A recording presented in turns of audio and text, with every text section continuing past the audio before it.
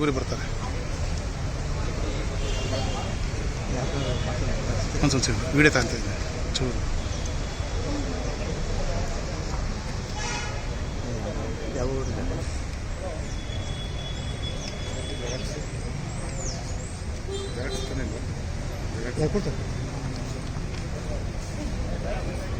ಊರಿಗೆ ಬರ್ತಾರೆ.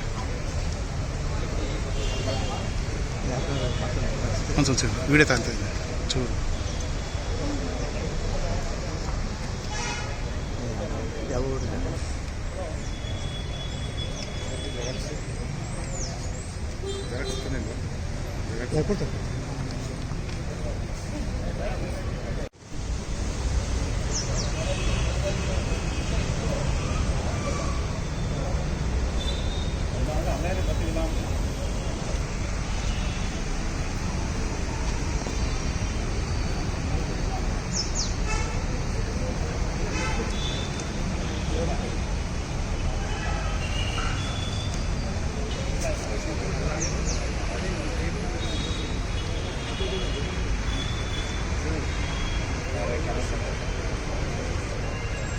ಸರ್, ಸರ್ಕಾರದ ವತಿಯಿಂದ ಕರ್ನಾಟಕ ಗೃಹ ಮಂಡಳಿಯವರು ಊನಹಳ್ಳಿ ಕಾವಲು ಗ್ರಾಮಗಳ ಸರ್ವೆ ನಂಬರ್ನೆಲ್ಲ ಭೂ ಸ್ವಾಧೀನ ಪಡಿಸ್ಕೊಳ್ಳೋಕ್ಕೋಸ್ಕರವಾಗಿ ನೋಟಿಸ್ ಕೊಟ್ಟಿರ್ತಾರೆ.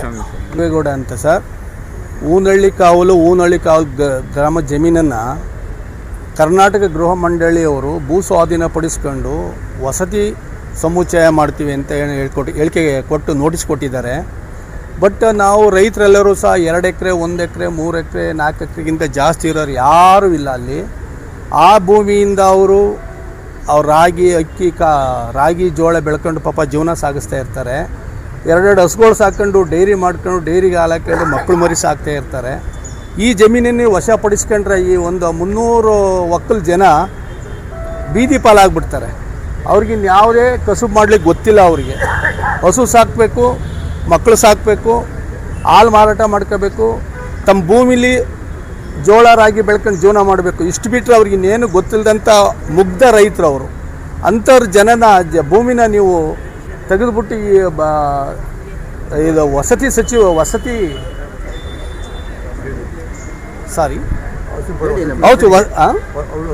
ಹೌಸಿಂಗ್ ಸೊಸೈಟಿಯವ್ರು ತಗೊಂಡು ಸೈಟ್ ಮಾಡಿ ಬೇರೆಯವರಿಗೆಲ್ಲ ಮಾರಾಟ ಮಾಡಿಬಿಟ್ರೆ ಇವ್ರ ಜೀವನ ಎಲ್ಲಿ ಹೋಗುತ್ತೆ ಸರ್? ತುಂಬ ಕಷ್ಟಪಡಬೇಕಾಗುತ್ತೆ. ಇವರು ಮುಂದಿನ ಜೀವನದಲ್ಲಿ ಇವರು ತಮ್ಮ ಮಕ್ಕಳು ಸಾಕಬೇಕಾದ್ರೂ ಸಹ ಭಾರಿ ಕೂಲಿ ನಾಲಿ ಮಾಡ್ಕೊಂಡು ಹಾಸನಕ್ಕೆ ಬಂದು ಪಾತ್ರೆ ಉಜ್ಜಬೇಕಾಗುತ್ತೆ, ಮೂಟೆ ಹೊರಬೇಕಾಗುತ್ತೆ. ನಮಗೆ ಡಿಮ್ಯಾಂಡ್ ಏನಿಲ್ಲ, ಆ ಜಮೀನನ್ನು ನಾವು ಕೊಡೋದಿಲ್ಲ. ಆ ಜಮೀನು ಉಳಿಸ್ಕೊಡಿ, ನಾವು ಅದರಿಂದಲೇ ಜೀವನ ಮಾಡ್ತಾ ಇರ್ತೀವಿ.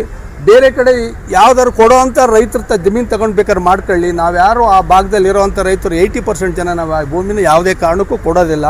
ಆ ಭೂಮಿಲೇ ನಮ್ಮ ಜೀವನ, ಆ ಭೂಮಿನೇ ನಮ್ಮ ಜೀವನಾಡಿ, ಆ ಭೂಮಿಯಿಂದಲೇ ನಾವು ಬದುಕಬೇಕು. ಆದ್ದರಿಂದ ನಾವು ಈ ಭೂಮಿನ ದಯವಿಟ್ಟು ಕರ್ನಾಟಕ ಗೃಹ ಮಂಡಳಿಯವರು ಸ್ವಾಧೀನಪಡಿಸ್ಕೊಳ್ಳದೆ ನಮಗೆ ಜಮೀನನ್ನು ಬಿಟ್ಕೊಡ್ಬೇಕು ಅಂತ ಹೇಳ್ಬಿಟ್ಟು ನಾವು ಈ ಮೂಲಕ ಕೇಳ್ಕೊತಾ ಇದ್ದೀವಿ.